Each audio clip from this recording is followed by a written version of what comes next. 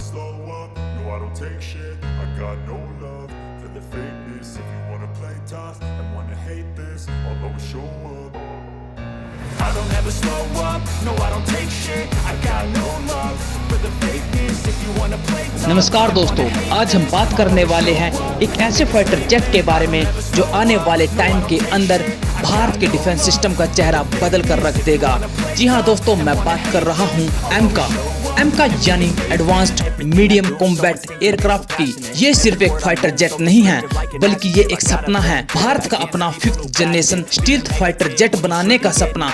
इस वीडियो में हम जानेंगे कि एमका फाइटर जेट कैसे भारत के डिफेंस सिस्टम को स्ट्रॉन्ग करने वाला है, इसमें क्या खास बात है और आगे क्या इसका फ्यूचर होगा, क्या ये राफेल से भी खतरनाक है। तो चलिए शुरू करते हैं।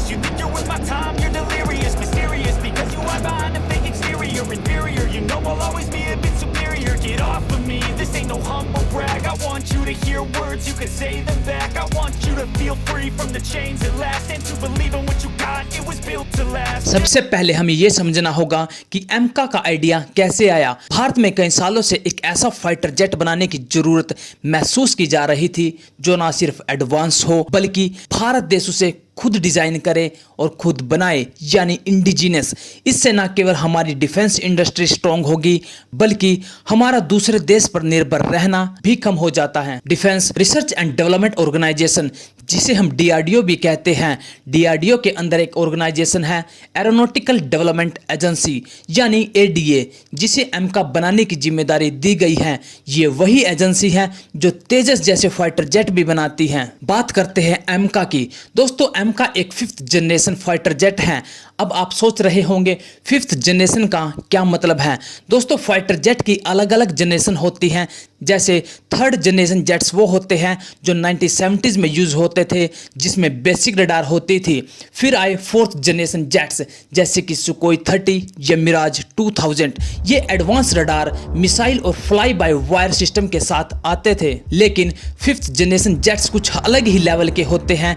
इसमें सबसे बड़ी बात होती है स्टील्थ, यानी ये जेट रडार से चिपक के उड़ सकते हैं, दुश्मन के रडार को पता भी नहीं चलता और ये जेट निकल भी जाते हैं। इसके अलावा इसमें सुपरसोनिक, एडवांस आर्टिफिशियल इंटेलिजेंस और नेटवर्क सेंट्रिक वॉरफेयर की कैपेबिलिटीज होती हैं। अगर हम एमका के डिजाइन और टेक्नोलॉजी की बात करें तो एमका का डिजाइन बहुत ही एडवांस है। ये एक ट्विन इंजन फाइटर जेट होगा। इसका मतलब इसमें 2 इंजन लगे होंगे जो कि इसकी स्पीड और पावर को बढ़ाएगी। इसका डिजाइन स्टील्थ टेक्नोलॉजी पर बेस्ड होगा, यानी इसकी शेप, इसका पेंट और इसकी बॉडी ऐसे डिजाइन की जाएगी कि रडार वेव्स इस पर रिफ्लेक्ट ना कर सके। इस जेट में इंटरनल वेपन भी होंगे, यानी मिसाइल और बम को जेट के अंदर छुपा कर रखा जाएगा ताकि स्टील्थ मेंटेन रहे। बाहर मिसाइल लटका देने से स्टील्थ खत्म हो जाती है, इसीलिए इंटरनल वेपन भी एक बहुत बड़ी बात होती है। इसमें हाई स्पीड डाटा नेटवर्क होंगे, एआई बेस्ड सिस्टम होगा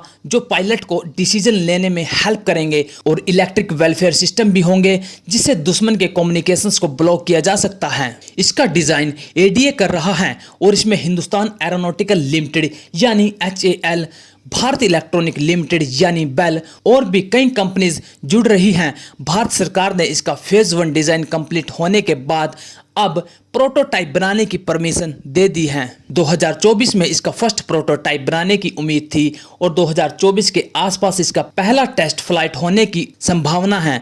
फिर 2030 के अंदर इंडियन एयरफोर्स के साथ सेवा करने शुरू करेगा। सबसे खास बात यह है कि मेक इन इंडिया और आत्मनिर्भर भारत का एक जिंदा एग्जाम्पल है। इसमें यूज होने वाली ज्यादातर टेक्नोलॉजी भारत के इंजीनियर ने खुद डेवलप की है। इंजन पहले फेज में इंपोर्टेड होगा। जनरल इलेक्ट्रिक का F414 इंजन यूज होगा, लेकिन बाद में डीआरडीओ अपना इंजन भी बनाएगा जिसे एमका मार्क 2 में लगाया जाएगा। ये जेट 5th जनरेशन होगा, लेकिन बाद में इसमें 6th जनरेशन के फीचर्स भी ऐड किए जाएंगे, जैसे कि directed energy weapons, loyal wingman drone systems और भी कई सारे फीचर्स ऐड किए जाएंगे। अगर हम एमका के फीचर्स की बात करें तो आने वाले 10 सालों में एमका भारत के लिए गेम चेंजर साबित होगा, जब पूरी दुनिया में सिर्फ कुछ ही देश 5th जनरेशन जेट्स बना रहे हैं, जैसे कि अमेरिका का F-22 रैप्टर, रशिया का Su-57, चाइना का J-20,